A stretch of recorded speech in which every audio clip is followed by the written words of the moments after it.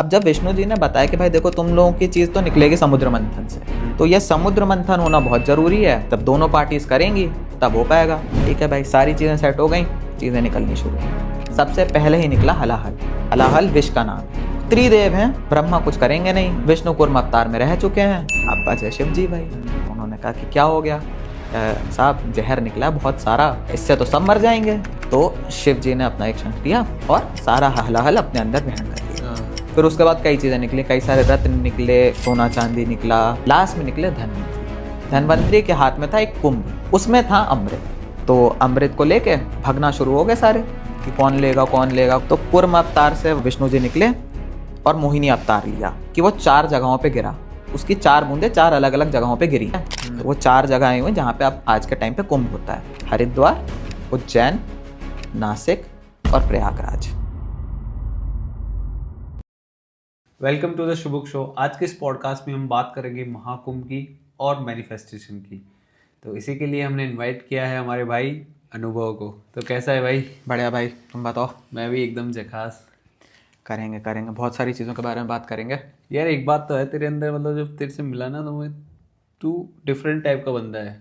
ठीक है, मतलब तेरे को हर एक चीज़ के बारे में इतना डिटेल में पता है कि उस चीज़ के सब्जेक्ट एक्सपर्ट को भी नहीं पता होगा जितना मुझे तेरे से मिलके पता लगा है। तो यार ये चीज़ मतलब गॉड गिफ्टेड है या तूने खुद से बनाई है? भाई थोड़ी सी गॉड गिफ्टेड है, थोड़ी सी आदत है, कीड़ा है पढ़ने का। अच्छा। तो गॉड गिफ्ट के फॉर्म में तो यार आईक्यू मिली थी, तो अपना थोड़ा सा आईक्यू ठीक ठाक है। ठीक है। और दूसरा कीड़ा है पढ़ने का। तो एक कहावत है, jack of all trade master of none. तो मैं थोड़ा सा मॉडिफाई करके चलता हूँ, क्योंकि कीड़ा है पढ़ने का, तो जैक ऑफ ऑल ट्रेड्स पर मास्टर ऑफ सम। अच्छा, आज थोड़ा सा है ना अपन बात करेंगे महाकुंभ के बारे में। मतलब लोग अभी महाकुंभ का मेला लग रहा है, बिल्कुल है ना? तकरीबन उसमें शायद 40 करोड़ लोग जा रहे हैं। तो लाइक एकदम स्क्रैच से चलते, इसकी स्टार्टिंग कहाँ से हुई थी? तो अगर हम महाकुंभ की बात करें तो महाकुंभ के लिए हमें चलना पड़ेगा सतयुग में, सतयुग के भी स्टार्टिंग में। अच्छा। ठीक है, तो हमारे यहाँ पे एक ऋषि होते हैं जिनका नाम है ऋषि दुर्वासा। अब अच्छा। कई जगह पे ऋषि दुर्वासा को शिव जी का भी फॉर्म बोला गया है। ठीक है, अब जितना मैं ऋषि दुर्वासा का कैरेक्टर बताता हूँ आपको, उनका कैरेक्टर स्टैब्लिश कर देता हूँ मैं।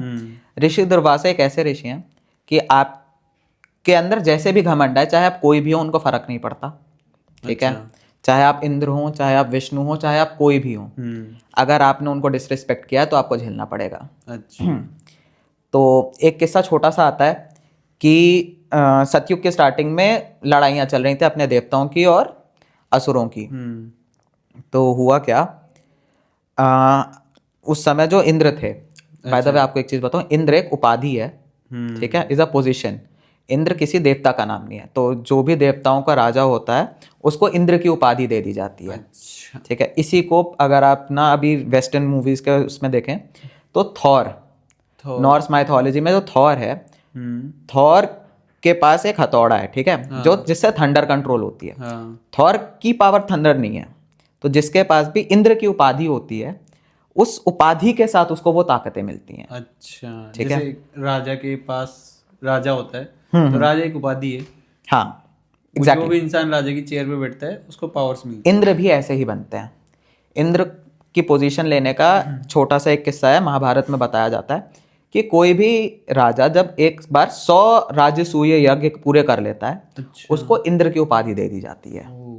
ठीक है, इसीलिए इंद्र हमेशा ना ऐसे बहुत हड़बड़ी में रहता है कि मेरा वो ना ले ले, मेरी सत्ता ना ले ले, मेरी पोजीशन ना ले ले, उसका हमेशा हड़कंप इसी बात पे रहता है। अच्छा। ठीक है, तो बैक टू दुर्वासा ऋषि।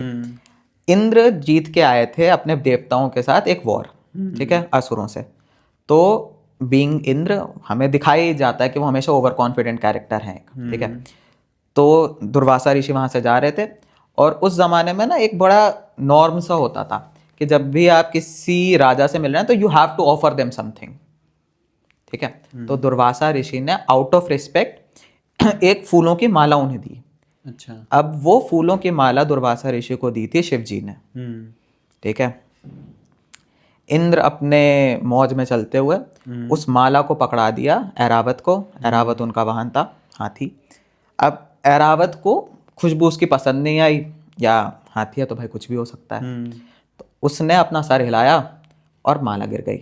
अच्छा। Back to Durvasa. दुर्वासा को फर्क नहीं पड़ता आप कौन हैं क्या हैं, कहीं के कऊ होंगे। दुर्वासा ऋषि ने श्राप दे दिया, 2 श्राप। पहली, तुम्हारी जो अमर होने की ताकत है वो तुमसे छिन जाएगी। ओके। और दिन के साथ सारे देवताओं की दैविकता चली जाएगी। सारे देवताओं की दैविकता, जो उनकी पावर होती है, जैसे अच्छा। अग्निदेव हमारे आग को कंट्रोल करते हैं, वायुदेव हवा को कंट्रोल करते हैं, सिमिलरली सबकी ताकत कम होने लगी। अब 2 पार्टीज होती थी, कॉन्स्टेंटली वॉर पे होती थी, और ये एक बहुत कॉमन नॉर्म है कि दोनों तरफ के स्पाइस दोनों जगह हैं। तो ये बात पहुंची राजा बलि तक। राजा बलि उस समय होते थे लीडर ऑफ ये राक्षसों के, ठीक है। उनके साथ होते थे एक शुक्राचार्य, उनके गुरु, ठीक है। तो जब ये बात वहां पहुंची राक्षसों के पास, तो शुक्राचार्य ने कहा कि ठीक है अब तो हराते हैं। तो इन लोगों ने पूरा स्ट्रैटेजिकली फॉर्म किया स्वर्ग पे अटैक करने का। अब देवताओं के पास अमरता चली गई है। अच्छा। ठीक है, पोजीशन समझनी है अब आपको। देवताओं की अमरता चली गई है। शुक्राचार्य की ताकत थी मृत्यु संजीवनी। शुक्राचार्य ने एक तपस्या करी थी शिव जी की, जिसके बाद उन्होंने, शिव जी ने प्रसन्न होकर उनको एक वरदान दे दिया। अच्छा। वो वरदान था मृत्यु संजीवनी का, कि आप मरे हुए को जिंदा कर सकते हैं। अच्छा। ठीक है। तो अपने वालों की तो अमरता गई, पर उनके पास एक ऐसा इंसान है जो कर सकता है किसी को भी जिंदा। अच्छा। तो अब ये वॉर होगी तो नॉर्मल सी बात है हारेंगे। इंद्र का कैरेक्टर हमने स्टेबलाइज किया ही था कि उसको हमेशा दिक्कत होती है कि कोई ना कोई उनका राज्य लेने आ रहा है। जब जैसे ये बात पता चली, एक छोटा सा अटैक हुआ, हमारे देवता हारे। देवता हारते हैं, छूटते ब्रह्मा के पास, ब्रह्मदेव के पास गए। अब ब्रह्मदेव ने उनको बताया कि भाई मैं तो सिर्फ बना सकता हूँ, वरदान मैंने तुम्हें भी दिए थे, तुमने खो दिए अपने वरदान। मैं उधर भी देख के बैठा ही हूँ, किसी ना किसी के पास तो ब्रह्मास्त्र होता ही था उस समय, तो मेरा पार्ट तो है नहीं, कौन देखेगा, बचे 2। अच्छा, मेरे को ना ये दोनों कैरेक्टर्स बहुत अच्छे लगते हैं। अच्छा। With all due respect to my religion being a Brahmin, मुझे विष्णु जी का कैरेक्टर भी बहुत अच्छा लगता है, मुझे शिव जी का कैरेक्टर भी बहुत अच्छा लगता है। अच्छा। मैं अगर खुद बताऊं तो मैं ना विष्णु जी को माफिया के फॉर्म में देखता हूँ। अच्छा। आराम से बैठे हैं, जब तक बहुत बड़ी दिक्कत ना आए तब तक मुझे कोई डिस्टर्ब नहीं करेगा। इधर उधर देख लो, पूरा रायता फैल चुका है, तब आओ फिर मैं बात करता हूँ। ठीक है। तो पहले ब्रह्मा जी के पास गए। ब्रह्मा जी ने कहा कि भाई शिव जी तो इस समय पूजा में है, उनको तो डिस्टर्ब किया ही नहीं जा सकता, योग निद्रा में है वो अपनी, चलो विष्णु जी के पास। अब गए तो उन्होंने कहा भाई तुम्हारी हरकत है, ऐसे तो नहीं हो सकता, जाओ राक्षसों के साथ बात करो। अब राक्षसों के साथ बात करो तो क्या बात करें, राक्षसों को ना हमेशा हर माइथोलॉजी में या हमारे रिलीजन में बहुत मटीरियलिस्टिक दिखाया गया है। जैसे आज के इंसान है ना, पैसा चाहिए दिखने वाला, बैंक वाले से मतलब नहीं है ना, हाथ में होना चाहिए हार्ड कैश। तो राक्षसों को उसी तरीके से दिखाया गया।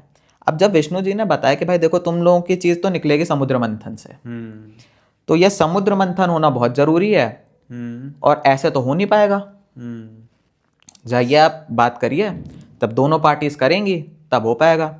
तब इंद्र ने कहा भाई कि ऐसे कैसे होगा, उससे कैसे बताएंगे। तो विष्णु जी ने कहा सारी लीला तो वही कर रहे हैं कि तुम जाओ बताओ कि अमृत निकलेगा, अमृत बांटेंगे। तो गए। लीला का पार्ट तो ये भी है ना कि वो मानेंगे। तो हमारे देवताओं ने बात करी, राक्षसों ने कहा ठीक है भाई कर लेते, समुद्र मंथन कर लेंगे। समुद्र मंथन स्टार्ट हो गया यहाँ से। समुद्र मंथन ऐसे स्टार्ट नहीं हुआ। समुद्र मंथन के लिए एक और पीछे से कहानी जाती है। अच्छा। ठीक है, मैंने आपको बताया दुर्वासा किसी को भी श्राप दे देते थे। अच्छा। दुर्वासा ने एक श्राप विष्णु को भी दे रखा है। ओह। ठीक है, अब विष्णु को श्राप क्या दे रखा है, दुर्वासा ऋषि गए विष्णु जी से मिलने। ठीक है, पहले के ऋषि तो चले जाते थे, अब जब वो उनसे मिलने गए हैं वहाँ पे, तो विष्णु जी तो माफिया हैं, वो तो अपनी निद्रा में, कुछ हुआ ही नहीं है कि मैं जगूं। तो 2 बार हेलो, उठो उठो उठो, कुछ नहीं उठना। ठीक है भाई, तो एक कहानी यहाँ से अलग चली जाएगी, पर उसको अभी बाद में डिस्कस करते हैं। ठीक है, उसको पीछे हटाते हैं।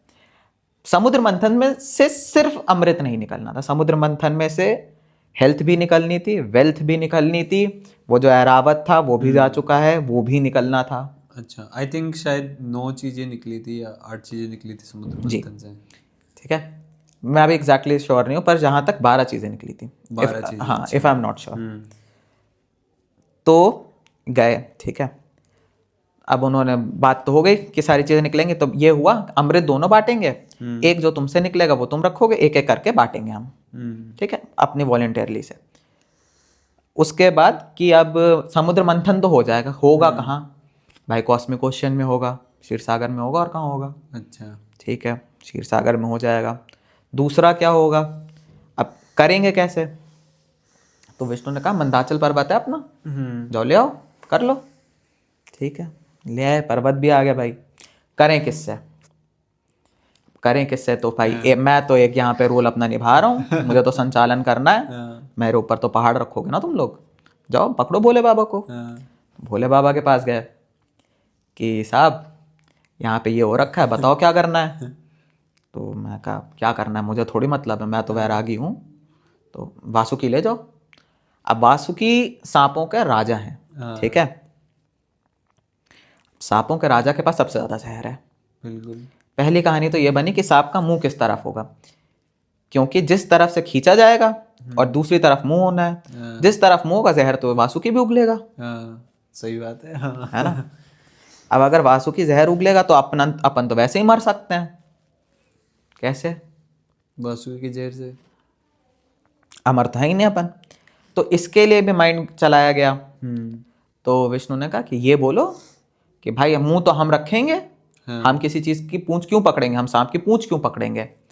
छेड़ो उनके ईगो को, राक्षसों के। राक्षस हमारे मटीरियलिस्टिक हैं, कुछ भी हो ईगो नहीं छेड़ना चाहिए। तो उन्होंने सामने से ही वॉलेंटरली जब ये बात छिड़ी कि मुंह हमारी तरफ रहेगा, कि नहीं, क्यों मुंह तुम्हारी तरफ क्यों रहेगा? अच्छा। मुंह हमारी तरफ रहेगा। ठीक है, उनके पास तो ठीक है। उन्होंने बलि ने कहा कि इसका जहर निकलेगा, शुक्राचार्य ने कहा मैं देख लूंगा, मृत संजीवनी क्यों है हमारे पास। ठीक है भाई, सारी चीज़ें सेट हो गई, चीज़ें निकलनी शुरू हुई। अब जैसे जैसे चीज़ें निकलनी शुरू हुई, सबसे पहले ही निकला हलाहल।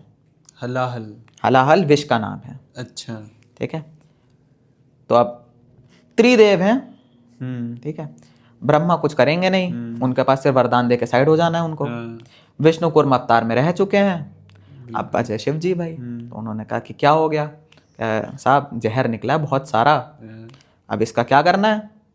मुझे क्या पता क्या करना है, क्या इससे तो सब मर जाएंगे। भोले भंडारी हैं, लाओ इधर लाओ, मैं देखता हूँ सारी चीज़ें। तो शिव जी ने अपना एक शंख लिया, कौंच लिया, ठीक है, और सारा हलाहल अपने अंदर ग्रहण कर लिया। ठीक है, इससे भी एक बहुत सारी कहानियाँ निकलती हैं। ठीक है, एक तारा माँ की कहानी निकलेगी, पार्वती जी ने हाथ रख दिया था। अच्छा। ठीक है, तो उसकी कहानी निकलेगी।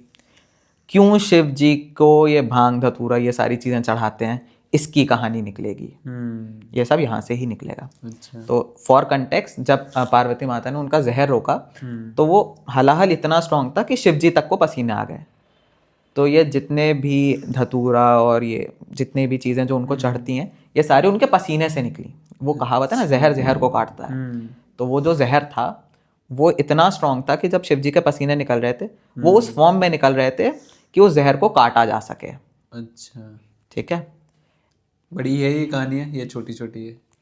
नहीं, ये कहानी तो छोटी छोटी है, बस बेसिकली यही है कि क्योंकि उनके पास से निकला था तो उनके पास रखा था। अच्छा, ठीक है। ठीक है, तो शिव जी को सारी वो ठंडी चीजें खिलाई जा रही थी जिससे उसका नीलकंठ का असर, हलाहल का असर कम हो। हलाहल का असर। ठीक है, तो वो इतना स्ट्रॉन्ग जहर था कि उनका गला पूरा नीला पड़ गया था। मतलब शायद ऐसा बोला जाता है कि वो पूरा जहर पी लिए, लेकिन उस जहर को गले पे रोक लिया। वो तो पीने जा रहे थे, पार्वती माँ ने कहा रुको, ऐसे नहीं होता, समझो बात को। तो उनका रोक दिया, तो वो एक जगह इकट्ठा हो गया। अच्छा। तो नीलकंठ इस वजह से पड़ा, कंठ इस गला, नील इस क्योंकि वो नीला पड़ गया था।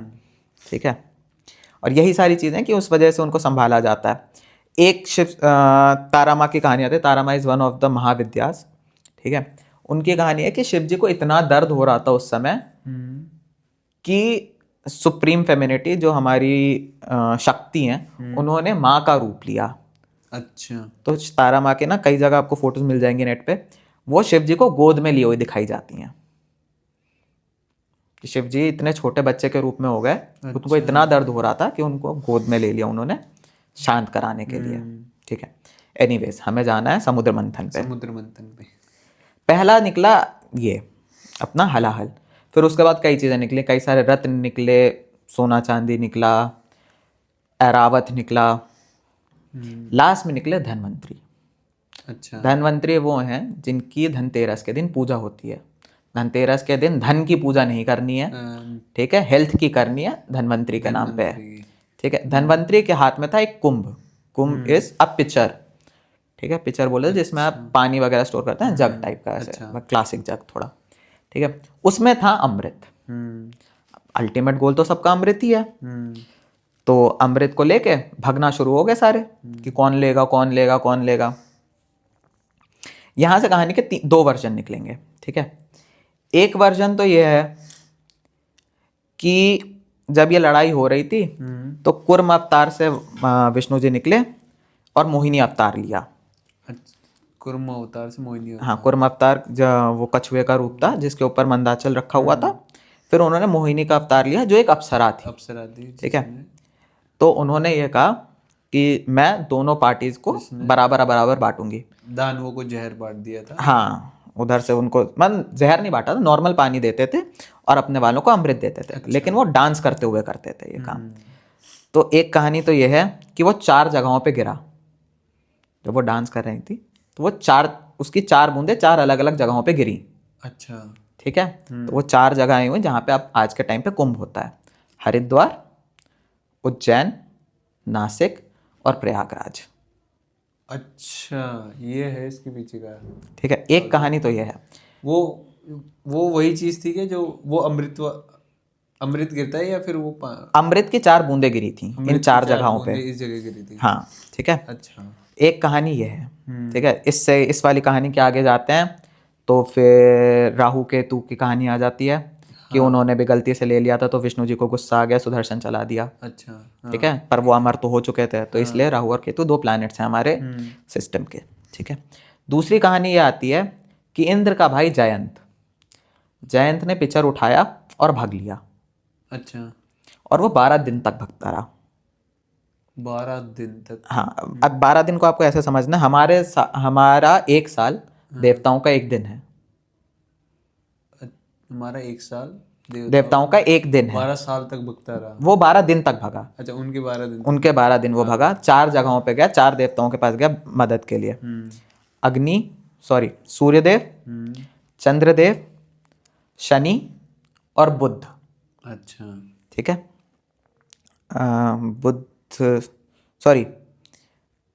जुपिटर का जो भी प्लैनेट होता है, जो भी देव हैं, ठीक है, उन 4 के पास वो गया। तो वो जब भाग रहा था तो फिर से वही कहानी है कि 4 जगहों पे वो रुका था। 4 जगहें कौन सी थी? उज्जैन, प्रयागराज, नासिक और हरिद्वार। अच्छा, ठीक है, तो इन 4 जगहों पे महाकुंभ लगता है। ये 2 अलग अलग कहानियां, जिसको जो बिलीव करना है कर ले। थोड़ा सा साइंटिफिक लेकर दोनों सच है कि भाई देखो, सच क्या है सनातन में कोई नहीं बता सकता। सनातन सच है, ये बता सकता है। वेद पढ़ने पड़ेंगे उसके लिए तो फिर। नहीं, ये जो मैंने आपको 2 कहानियां बताई हैं ये 2 अलग अलग वेदों से ही निकली। अच्छा, ठीक है, एक वेद है, चलो ठीक है इसके बारे में बात करते हैं। एक वेद है ऋग्वेद। अच्छा, अभी हमने इंद्र का पूरा कैरेक्टर स्टैब्लिश किया था। ठीक है, ऋग्वेद के अकॉर्डिंग इंद्र सीधे शिव जी का ही रूप है। इंद्र सीधे शिव जी का रूप, सीधे शिव जी का रूप है ऋग्वेद के अकॉर्डिंग। ऋग्वेद के अकॉर्डिंग। ओके, ठीक है, and Rigveda is one of the oldest scripture. Right. ठीक है, पर उसी जगह जब हम लोग बात करते हैं शिव पुराण की, शिव पुराण में कहा जाता है कि शिव ही एक है ना, ओमकार है वो। ठीक है, उसी में आगे चल के शिव पुराण में कहते हैं कि शिव और शक्ति एक डिविनिटी के 2 पार्ट्स हैं। ठीक है, वहीं अगर हम विष्णु पुराण की बात करते हैं तो उसमें विष्णु को सबसे ऊपर बताया जाता है। तो कौन ऊपर कौन नीचे ये नहीं बता सकते। मेरा ये एनालिसिस है कि आप कोई भी कहानी उठा के देख लीजिए, शिव का सबसे बड़ा भक्त हमेशा विष्णु का अवतार रहा और विष्णु का सबसे बड़ा भक्त हमेशा शिव का अवतार रहा है। अच्छा, तो मेरा तो ये मानना है, हरिहर को मानो, छोड़ दो, वो हमारे बड़ों बूढ़ों ने कर लिया, उनको समझ आ गया था। जब तक हम सारी सच्चाई नहीं समझ सकते तब तक किसी को बड़ा किसी को छोटा नहीं बोलना चाहिए। हम डिसाइड नहीं कर हम डिसाइड नहीं कर सकते। तो मेरे अकॉर्डिंग तो विष्णु और शिव दोनों बराबर हैं। अच्छा, ठीक है, और जैसा मैंने कहा दोनों माफिया हैं। ठीक है, राइट। एक एक वहाँ पे सबको दे देता है कि ठीक है यार अपने पास बहुत टेरिटरी है, तुम ले लो, मेरे को क्या ही करना है। और एक कहता है कि जब तक फैले ना सामान तब तक मेरे को मत बताना। राइट। आप देखिए ना इस चीज़ को, मतलब being the preserver of the world, Vishnu himself 4 महीने तो हमें पता है सोते हैं। ठीक है, आप किसी भी स्क्रिप्चर को उठा के देख लो, कभी भी कोई देवता विष्णु के पास गया है मदद मांगने, कभी विष्णु ने एक्टिव पोज में नहीं मिले, हमेशा वो योग निद्रा में ही है। राइट। ठीक है, अपने नाक शेष नाग के ऊपर बढ़िया वो अपने उसमें। ठीक है, ही इज़ वेरी पावरफुल, वो सब कुछ देख रहे हैं, सारी लीलाएं हैं। ठीक है, मैं ये नहीं कह रहा हूँ कि वो ऐसे हैं, मैं ये कह रहा हूँ this is how I see him. ठीक है, by the way I am the believer of Vishnu. ठीक है, शिव को भी मैं मानता हूँ, पर मेरे लिए सुप्रीम बीइंग विष्णु ही रहते हैं क्योंकि मैं कृष्ण भक्त हूँ। मतलब आप खुद पहले ही विष्णु के सबसे बहुत बड़े भक्त हाँ तब हाँ, क्योंकि फिर मुझे पता है ना लोग थोड़ा सा ऑफेंड हो सकते हैं। हाँ। तो मैं क्लियर करके चल रहा हूँ, ये मेरा point of view, this is how I see him. क्योंकि अगर आप भगवत गीता पढ़ेंगे तो उसमें सीधे शब्दों में लिखा हुआ है कि मैं उस रूप में तुम्हारे साथ हूँ जिस रूप में तुम मुझे समझना चाहते हो। हाँ। तो मेरे पास अगर प्रॉब्लम आ रही है तो मैं छोटे इंसान के पास क्यों ना, मैं माफिया से डील करूंगा। सही बात। मेरे बैक टू अपने महाकुंभ पर आते हाँ, तो ये जो 4 जगहें हुई, ठीक है, इसलिए 12 साल के साइकिल में एक बार होता है। हाँ, क्योंकि वो 12 दिन तक चला था, 12 दिन तक चला। क्योंकि जयंत 12 दिन भागा था। अच्छा, ठीक है, हमारा 1 साल, उनका 1 दिन। Got it. ठीक है, वो जब विष्णु जी ने मोहिनी अवतार लिया था तो 12 दिन तक उन्होंने बांटा था अमृत, इसलिए 12 दिन में 12 साल में एक बार होता है ये। अच्छा। ठीक है, दूसरी चीज़ अगर इसको थोड़ा सा साइंटिफिकली समझें तो हमने 3 ग्रहों की बात करी थी, sun, moon and Jupiter. Jupiter takes 12 years to come into the contact of sun and moon with alignment to our earth. ठीक है, तो वो एक जो छोटा सा मूवमेंट होता है उसमें कुंभ लगता है। ठीक है, अच्छा मैं आपसे क्वेश्चन करूंगा अभी, what do you think time works as? No idea. Timeline सुना है? हिंदी में इसको क्या कहते हैं? समय चक्र। तो कोई भी चीज़ अगर सीधी है तो वो चक्र के फॉर्म में कैसे हो सकती है? राइट। ठीक है, सनातन इज द ओनली धर्म, ठीक है, जो इस चीज़ को बताता है कि टाइम साइक्लिक है। ठीक है, साइक्लिक कैसे है? सतयुग, त्रेता युग, द्वापर युग और कलयुग। ठीक है, तो ये 8 के फॉर्म में बनता है। अब जब इसको आप बार बार करते हैं ना तो ये 2 चीज़ें बनाता है, एक तो शिव जी का डमरू शैव भक्तों के लिए, और दूसरा इन्फिनिटी का सिग्नल। ठीक है, तो क्योंकि ये साइक्लिक है इसलिए वो 12 साल का पीरियड भी साइक्लिक है। और क्योंकि ये 4 जगहों पे होना है तो अकॉर्डिंग टू द साइकिल वो 4 अलग अलग टाइप पे होगा। ठीक है, why this Kumbh is considered the greatest, और हमारी जनरेशन और हमारी नेक्स्ट जनरेशन भी प्रोबेबली सिर्फ एक कुंभ ही कर पाएगी जो इस समय चल रहा है, 26 फेब तक है। ये महाकुंभ नहीं, महाकुंभ है ये। अच्छा। ये आया है 144 सालों के बाद। ठीक है, जब वो 12 का साइकिल 12 बार कंप्लीट हुआ है। अच्छा। ठीक है, तो यार इसमें ऐसा क्या स्पेशल है कि इसको महाकुंभ बोल रहे हैं? देखो अदर कुंभ से क्या डिफरेंट है इसमें? महाकुंभ हम लोग इसको इसलिए बोल रहे हैं, पहली चीज तो ये है कि अलाइनमेंट जो इस बार ग्रहों का है वो 144 साल बाद बना है। ठीक है, अच्छा। दूसरा इसका रीजन ये है क्योंकि वो 12 साल का साइकिल कंप्लीट हो गया है। ठीक है, 12 कुंभ 12 बार हो चुके हैं। ठीक है, अब 2 चीजें हैं, कुछ लोग बोलते हैं प्रयागराज का कुंभ जो होता है वो सबसे बड़ा कुंभ होता है। अच्छा। दूसरे होते हैं जो बोलते हैं हरिद्वार का कुंभ सबसे बड़ा कुंभ होता है। कहानी बस इतनी सी है, एक तो गंगोत्री सीधे जब निकलती है तो वो यमुना की जब गंगोत्री ग्लेशियर से गंगा माँ निकलती हैं तो वो हरिद्वार से होते हुए जाती हैं। अच्छा। इसलिए हरिद्वार के कुंभ को सबसे बड़ा बोला जा सकता है। दूसरा जो मेरा मानना है वो ये है कि ये त्रिवेणी संगम का सबसे बड़ा है। अच्छा। क्यों? क्योंकि 3 नदियां होती हैं। ठीक है, आपकी 3 नदियां हैं, यमुना, गंगा और सरस्वती, ठीक है।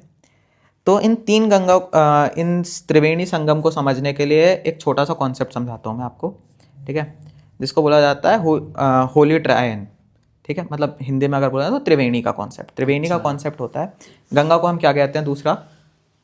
गंगा को क्या कहते हैं? Ganga is considered as the holy river, ठीक है, होली रिवर कहते हैं। कि उसमें डुबकी लगाने से आपके पाप धुल जाते हैं। ठीक है। यमुना कौन है? यमुना यमराज की बहन, ठीक है। यमराज को बोला जाता है कर्मों के देवता, है ना, वो कर्मों का हिसाब करते हैं ऊपर। उनकी बहन को दिया गया कर्मों का, अगर ऐसा बोला जाता है कि तुम्हारे कर्म कम हो जाते हैं या धुल जाते हैं तब यमुना में डुबकी लगाते हैं। अच्छा। ठीक है। और नीचे हैं हमारी सरस्वती, गॉडेस ऑफ विजडम। तो बेसिकली ये जो थ्योरी है वो ये है कि जब आप त्रिवेणी संगम के महाकुंभ में डुबकी लगाते हैं, 3 डुबकी निकालनी होती है, ठीक है, तो क्या होता है, गंगा से आप अपने पाप धुल रहे हैं, यमुना में आप अपने कर्मों का हिसाब दे रहे हैं, ठीक है, और सरस्वती से जो आपके दोनों तरफ से इनलाइटमेंट आई है अभी, सरस्वती से आप अपने, सरस्वती के पानी से आप अपने इनलाइटमेंट को बढ़ा रहे हैं, अपनी स्पिरिचुअल जर्नी में आगे जा रहे हैं। अच्छा, ठीक है। तो that is why I believe कि प्रयागराज का Kumbh is the biggest one, but again I am no authority to say that, this is what I believe. ठीक है। बाकी दूसरी चीज़ महाकुंभ है इस बार 144 साल बाद हो रहा है, तो हमारे सारे नागा साधु, अघोरी साधु आ रखे हैं। थोड़ा नागा साधु के बारे में बताओगे क्या? ठीक है। तो बेसिकली नागा साधु को आपको समझना पड़ेगा पहली चीज़, ठीक है। नागा साधु का सांपों से कोई रिश्ता नहीं है। अच्छा, ठीक है। ठीक है। नागा साधु बस इसलिए क्योंकि मोस्ट ऑफ द टाइम वो नग्न अवस्था में रहते हैं। ओह, ठीक है। दूसरी चीज़ ये, अखाड़े होते हैं बहुत सारे। अखाड़े? हाँ, अखाड़े। ठीक है। ठीक है। अखाड़े क्या होते हैं, आप बताइए अखाड़े क्या होते हैं?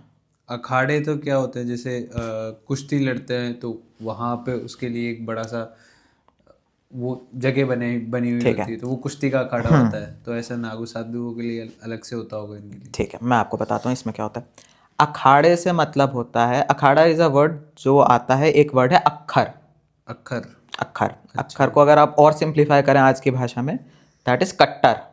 कट्टर? हाँ, जिसके खुद के बिलीव्स हैं वो अपने बिलीव्स इधर उधर नहीं करेगा, तो मुझसे आर्ग्यूमेंट नहीं कर सकते कि नहीं ऐसा भी हो सकता है। अच्छा, ठीक है। तो वो संप्रदाय जो किसी एक पर्टिकुलर आइडियोलॉजी, एक पर्टिकुलर मेथड को बिलीव करता है, वो एक पर्टिकुलर अखाड़े को बिलीव करता है। ठीक है। ऐसे 13 अखाड़े हैं। 13 अखाड़े हैं? हाँ। नागा साधु के या अलग अलग टाइप के हैं? अलग अलग साधुओं के। ठीक है। नागा साधु is the type of sadhus, है ना। ऐसे आज के टाइम पे कुछ 4 लाख या 40 लाख नागा साधु हैं। 4 लाख नागा साधु? हाँ, जो रिपोर्टेड है हमारे पास, जिनका डेटा है। हाँ, 4 लाख। हाँ, तो इनमें से जो 13 हैं, इसमें 7 तो शैव्य हैं। शैव्य बोले तो जो शिव को बिलीव करते हैं। 7। ठीक है। 7 अखाड़े। ठीक है। ठीक है। 3 है जो वैष्णव है, और 3 है जो उदासीन है। 3 वैष्णव है, 3 उदासीन। हाँ, ठीक है। वैष्णव जो उनको बिलीव करते हैं और विष्णु को, और जो उदासीन है वो गोरख करके एक हैं सिखों के गुरु, उनको बिलीव करते हैं। ठीक है। यह सब यहाँ पे आते हैं। अब यहाँ पे कॉन्सेप्ट आता है इनके गुरुओं का। गुरु बेसिकली वो होता है जो हाईएस्ट मेडिटेशन और हाईएस्ट स्पिरिचुअल लेवल पे होता है अखाड़ों में। अच्छा, लीडर कह सकते हैं हम। ठीक है। तो इस बार तो महाकुंभ में तो वो भी आए हैं। ठीक है। उनको कैसे पहचाने? वो आप पहचान जाओगे, क्योंकि जिस अखाड़े में सबसे ज्यादा रिस्पेक्ट जिसको मिल रही है, वो उसी पोजीशन का है। उनका भी ऐसे ही चलता है, उनका भी लीनियज ऐसे ही चलता है कि गुरु है, गुरु के शिष्य हैं, शिष्यों के शिष्य हैं, और वैसे उनकी हायरार्की बनी हुई है। ठीक है। तो इस बार रिपोर्टेडली जो महाकुंभ के सबसे बड़े सेलिब्रिटी हैं वो हैं जूना अखाड़े के जो गुरु हैं। अच्छा, ठीक है। Juna akhara is the biggest akhara. Biggest akhara, हाँ। ठीक है। तो वो भी इस बार आए हैं। अच्छा, एक और बहुत इंटरेस्टिंग चीज़ है, हर बार ऐसा बोला जाता है माइथोलॉजी में कि महाकुंभ में खुद शिव जी भी आते हैं। अच्छा। एक रैंडम रूप में शिव जी भी अपना नहाने आते हैं। मैंने भी एक चीज सुनी है कि महाकुंभ जो होता है उसमें 7 चिरंजीवी आते हैं। मतलब वो 7 लोग जो महाभारत में भी थे और वो इस महाकुंभ में भी नहाने तो आते हैं। 7 चिरंजीवी सिर्फ महाभारत के नहीं थे। 7 चिरंजीवी जो हैं उसमें हनुमान जी आते हैं। ठीक है, हनुमान जी का वैसे तो त्रेता युग से हैं वो। ठीक है, उसमें कृपाचार्य आते हैं, उसमें अश्वत्थामा आते हैं, उसमें राजा बलि आते हैं। ठीक है, उसमें परशुराम आते हैं और 2 और हैं। क्या नाम है उनका? यार अच्छा बोल चलो रहा हूँ, ठीक है। हाँ। तो बेसिकली ये जो आपने, हाँ, इससे आपको याद है, अभी मुझे याद है, इंस्टाग्राम पे आजकल मैं एक रील देख रहा हूँ अच्छा। कि उसमें एक 7 फीट का एक साधु आया है। ठीक है, वो बेसिकली तो अपने आप को नेपाल का बताते हैं, but he is 7 feet tall. और अगर उनकी आपको बॉडी देखोगे तो हाँ, बहुत पावरफुल है। हाँ, तो वो ऐसा बोला जा रहा है या तो वो परशुराम खुद है हाँ। या अश्वत्थामा है। हाँ। हाँ, तो इस पॉइंट से मेरे को ये याद आया। बाय द वे, शिव जी का इसलिए बोला जाता है क्योंकि अगेन नीलकंठ। अच्छा। ठीक है, तो वो खुद को शांत करने, अपने भक्तों से मिलने, क्योंकि ये नागा साधु और ये जो अघोरी होते हैं ये स्पिरिचुअल प्लेन पे है ही नहीं हमारे साथ, ये हमसे बहुत ऊपर जा चुके हैं। हाँ। तो आप इमेजिन करो कि आप रैंडमली जा रहे हो, आप किसी एक साधु से मिले और ही कैन बी शिव। सही बात है ना? इवन मैंने ये भी सुना है कि लोग जब नागा साधु जाते हैं ना तो लोग उनके पीछे जो मिट्टी रहती है हाँ, उस मिट्टी को उठा के अपने घर पे भी लेके आते हैं, ताकि उनको ऐसा बिलीव है कि इन नागा साधुओं में वो 7 चिरंजीवी भी है जो एक तो महाभारत के काल से जिंदा है और वो खुद एक भगवान के रूप में भी पूजे जाते हैं। हाँ, ये तो है ही। अच्छा, यहाँ से कॉन्सेप्ट आता है शाही स्नान का। हाँ। ठीक है, चलो इससे पहले मैं आपको एक चीज़ बताऊँ। एक होते हैं कल्पवासी। अच्छा।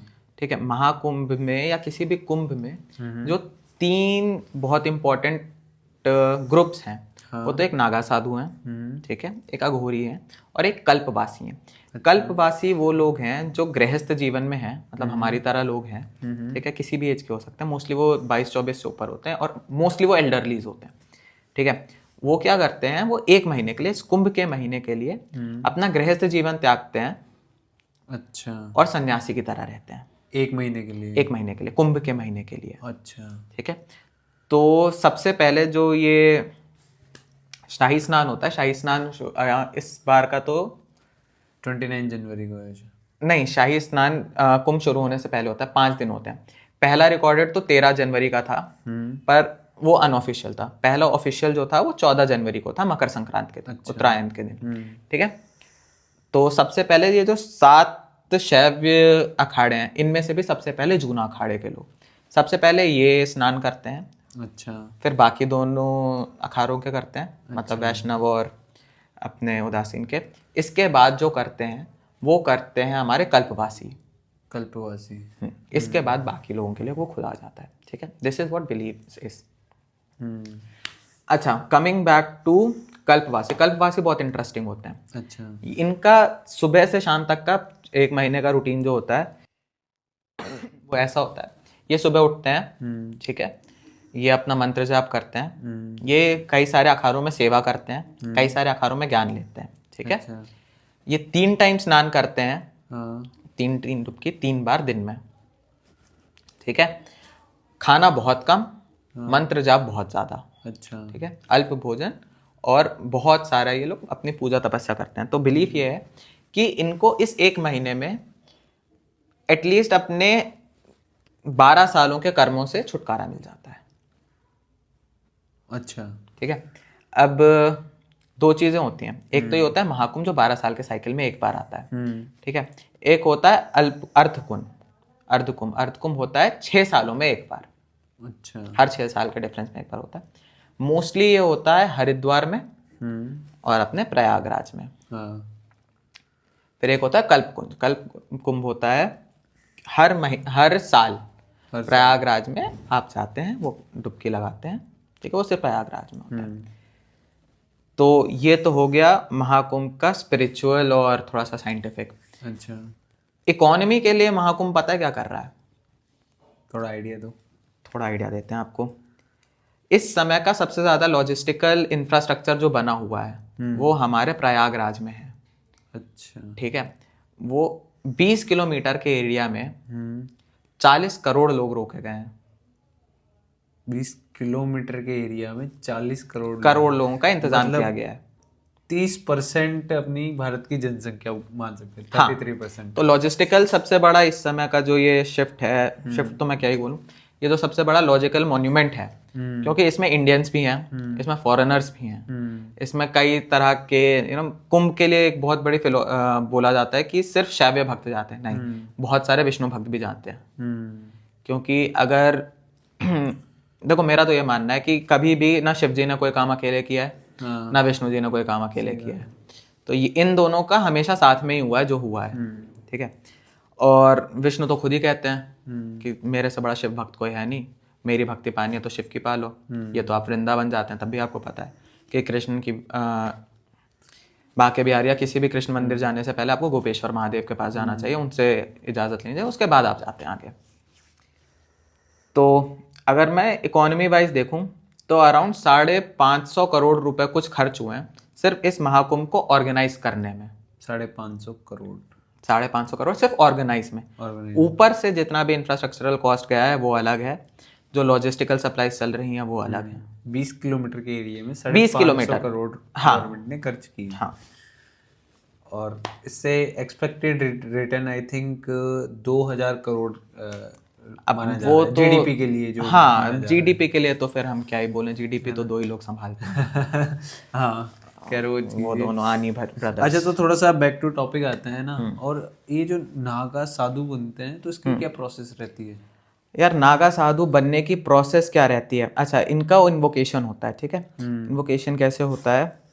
आप किसी भी अखाड़े में जाते हैं तो सबसे पहले आपके बाल दिए जाते हैं, बाल दान दिया जाता है। अच्छा। ठीक है, दूसरा आपसे दान लिया जाता है कि आपको अपनी फैमिली छोड़नी है। ठीक है, आप सारी चीजें त्याग के आगे जाते हैं। ठीक है, उसके लिए शायद वो पिंड दान करवाया जाता है। पिंड दान करवाया जाता है कि तुम्हारे सारे मर गए, तुम मर गए। हाँ, इवन खुद को भी उसमें मार दिया जाता है और आज से तुम्हारा नया जन्म। हाँ, फिर आपके गुरु जो होते हैं वो आपको एक मंत्र देते हैं, उसी मंत्र का जाप आपको करना होता है। ठीक है? अच्छा। हाँ, और ऐसा नहीं है कि मतलब वो नागा साधु कुछ अलग ही भाषा में बात करते हैं, नॉर्मल हिंदी में बात करते हैं। आप उनसे बात करेंगे समझ सकते हैं हिंदी। हाँ। कोई कुछ एक दो वर्ड ऐसे होते हैं, वो तो हमारे घर में भी कभी कभार बोल दिए जाते हैं तो नहीं समझ आते हैं, तो बाकी वो नॉर्मल ही होते हैं। बस वो स्पिरिचुअल प्लेन में हमसे बहुत ज़्यादा समझदार, बहुत ज़्यादा इंक्लाइंड होते हैं। हाँ। अच्छा, नागा साधु और अघोरियों में एक छोटा सा डिफरेंस है। क्या डिफरेंस है? नागा साधु क्योंकि अखाड़े के होते हैं, है ना, तो वो अक्खर होते हैं, वो मानते हैं ये चीज़ कि शिव हमारा है। ठीक है, उनकी पूरी जर्नी ये होती है कि शिव हमारा है, हम इससे मान के चलेंगे। जबकि जो अघोरी होते हैं उनका पूरा जीवन इसमें जाता है कि हम शिव को पालें। अच्छा। वो सारी चीजें वॉलेंटियरली त्यागते हैं सिर्फ शिव को पाने के लिए। जबकि वो ऐसा मानते हैं कि शिव ऑलरेडी शिव हमारा है। हाँ। क्यों, हमने सारी चीजें त्याग दी ना, तो अब हम मिल गए, क्योंकि शिव तो बैरागी है ना। अच्छा, तो अभी काफी सारी रील्स में से दिख रहा है कि है ना, किसी नागा साधु के, अभी पता नहीं वो एक्चुअल में नागा साधु है या नहीं है, किसी का हाथ, किसी बाबा के हाथ ऊपर है, कोई बाबा कांटों पे लेटा हुआ है ना, तो कोई बाबा बहुत सारे रुद्राक्ष की माला पहन रखा है, कोई बाबा अपना फेस पे राख वगैरह पूरा लगा रखा है। तो इसमें क्या मतलब, किस तरह से वो इस तरह से क्यों करते हैं? मैं आपको बताता हूँ। जैसा हमने बात किया ना, ये नागा साधु अक्खर होते हैं। अक्खर होते हैं। अच्छा। ठीक है, इनका बिलीफ जो इन्होंने मान लिया अपने मन में, वो इन्होंने मान लिया। अच्छा। अब किसी ने अगर ये मान लिया कि जब तक मैं शिव से नहीं मिलता हूँ, जब तक शिव मेरा मोक्ष नहीं मिलता, मैं अपनी समाधि नहीं लेता हूँ, मैं अपना हाथ नीचे नहीं करूँगा। अच्छा। तो उन्होंने हाथ ऊपर किया। अब वो मेडिटेशन लेवल पे, और उनकी शक्तियाँ, उनकी सिद्धियाँ हमसे इतनी ज़्यादा हैं कि अगर उन्होंने बोल दिया कि वो हाथ नीचे नहीं करेंगे तो वो हाथ नीचे नहीं करेंगे। नहीं तो आप बताइए, -20 डिग्री तक तो हम लोग जैकेट पहनते हैं। ठीक है, हाँ। -75 डिग्री, ठीक है, फ्रीजिंग टेम्परेचर से -75 डिग्री पे आप जा रहे हैं। वहाँ पे हमारे पैरा कमांडोज, हमारे कमांडोज तक को जैकेट पहनने पड़ रहे हैं, बहुत ज़्यादा इक्विपमेंट के साथ, तब भी वो जम रहे हैं। ऐसा कैसे पॉसिबल है कि वहाँ पे एक साधु आराम से बैठा है, शिव का नाम ले रहा है, ना बीमार हो रहा है, ना ठंड लग रही है? हाँ, बिना वस्त्रों के बिना वस्त्रों के वो बैठा है। इवन आई थिंक वो वीडियो काफी वायरल हुई थी। यूट्यूब पर भी है हाँ, और इंस्टाग्राम पर काफी वायरल हुई थी वो। तो ये देखो अपने अपने बिलीफ है, ठीक है। मैं ये नहीं कहूँगा कि कांटो वाले क्या कर रहे हैं, क्यों कर रहे हैं। अगर इससे रिलेटेड मैं अगर आपको एक बात बताऊं, तो ऐसे बहुत सारे लोग हैं। अगर आप वृंदावन जाएंगे ना, हाँ। आप गए हैं वृंदावन? हाँ, बहुत ठीक है, अगर वृंदावन गए हैं तो गोवर्धन में आपको एक आदमी हमेशा मिलेगा जो 108 पत्थर लेके गोवर्धन परिक्रमा कर रहा हाँ, है ना? दंडोत जिसको बोलते हैं। जी। तो वो अगर हम सिर्फ सिंपल मैथ से भी लेकर चलें तो वो ना करके भी 35 से 38 साल की परिक्रमा कर रहे हैं। हाँ, और वो कुछ नहीं कर रहे हैं, वो कर रहे हैं, हम लोग देख रहे हैं उन्हें, ठीक है। हम इन नागा साधुओं को तो देख भी नहीं रहे हैं, ये तो आते हैं और चले जाते हैं। ये गायब है, ये तो महाकुंभ के बाद तो किसी को कुछ नहीं पता किसी कहाँ को कुछ मिलेंगे। नहीं पता। और अगर आप इनकी एनाटॉमी देखें ना, जिनकी आप बात कर रहे हैं, उनका जो हाथ ऊपर है वो आपको ऐसा नहीं लगेगा कि उनके हाथ में बाकी कोई जॉइंट बचा है। वो एक ही पोजीशन में है, चाहे वो कुछ भी कर रहे हो। और नागा साधुओं की ना एक बहुत अच्छी चीज़ होती है, अगर वो आपसे अच्छे से बात कर रहे हैं तो आपसे अच्छे से बात कर रहे हैं। उनकी हटी तो आपके, उनके पास जो चीज़ है वो आपके सर पे ही है। हाँ, उनकी हटी तो दुर्घटना घटी। वो देखा भी है, कोई लोग चिमटे से किसी को हाँ, वो बजा उनका ही दिया। वीडियो है, वो जिनका हाथ ऊपर है उनका ही वीडियो है, मैंने भी देखा था। चिमटे से बजा दिया, कोई थप्पड़ से बजा दिया, तो काफी सारे ऐसे भी है। तो कुछ नागा साधु एग्रेसिव भी होते हैं। नागा साधु एग्रेसिव नहीं होते हैं। नागा साधु देखो, पब्लिक ने बना दिया उनको। कोई भी अगर अपने काम में बिजी है तो उसको मतलब ही नहीं है ना मुंह माया से, सही बात है। वो आपके पास नहीं जा रहे हैं। हाँ, तो अगर आपने उनसे बात करी, उन्होंने आपसे बात कर ली तो ठीक है, काफी है। क्यों उनके पर्सनल स्पेस में घुसना है? बिल्कुल सही। आप अगर अपने घर में बैठे हो, कोई अनजान इंसान आपके अंदर घर में आ जाए और कहे चलो मेरा पॉडकास्ट रिकॉर्ड करो, क्यों करूं भाई, कौन है तू? बिल्कुल सही बात है। तो जब वो अपने वो अपनी पूजा में बैठे हैं, वो अपने ध्यान में बैठे हैं, तो आप क्यों उनको डिस्टर्ब कर रहे हैं? बिल्कुल सही है। और कई बार अगर आप देखेंगे ना, मेरा कॉलेज देहरादून में था। तो apart from my very close family and friends, ये बात बहुत कम लोगों को पता है कि देहरादून में ऋषिकेश एक जगह है, वहाँ पे आपको कई बार अघोरी मिल जाएंगे। हाँ, है ना, क्योंकि वो बहुत स्पिरिचुअली क्लीन राइट जगह है। तो मैं ऐसे ही जा रहा था, तो उनको आपसे बात करने के लिए वो नहीं चाहिए, वो आपसे खुद बात कर सकते हैं अगर उनको आपसे करनी है। तो मैं अपने दोस्तों के साथ गया हुआ था ऋषिकेश, कॉलेज स्टूडेंट। तो हम जब वहाँ पे थे तो ऐसे ही एक अघोरी बाबा मिले। I am very blessed to have met him, have word with him. तो उन्होंने कुछ चीज़ें मुझे बताई और ख़त्म। क्या कन्वर्सेशन किया था? वो कन्वर्सेशन थोड़ा नहीं बताया जा सकता है। अच्छा। हाँ, ठीक है। ठीक है, बट वेरी पोलाइट। हाँ, और वो और आप फील कर सकते हैं अगर, क्योंकि मेरी आदत है, मैं बहुत छोटे से हनुमान भक्त रहा हूँ। मतलब मैं जब 1-2 साल का था तब से मेरे को हनुमान चालीसा पढ़वाई जा रही है। मुझे बहुत अच्छे से याद है, फर्स्ट क्लास में जब मैं था तब मेरे को Hanuman Chalisa word to word रटी होती थी।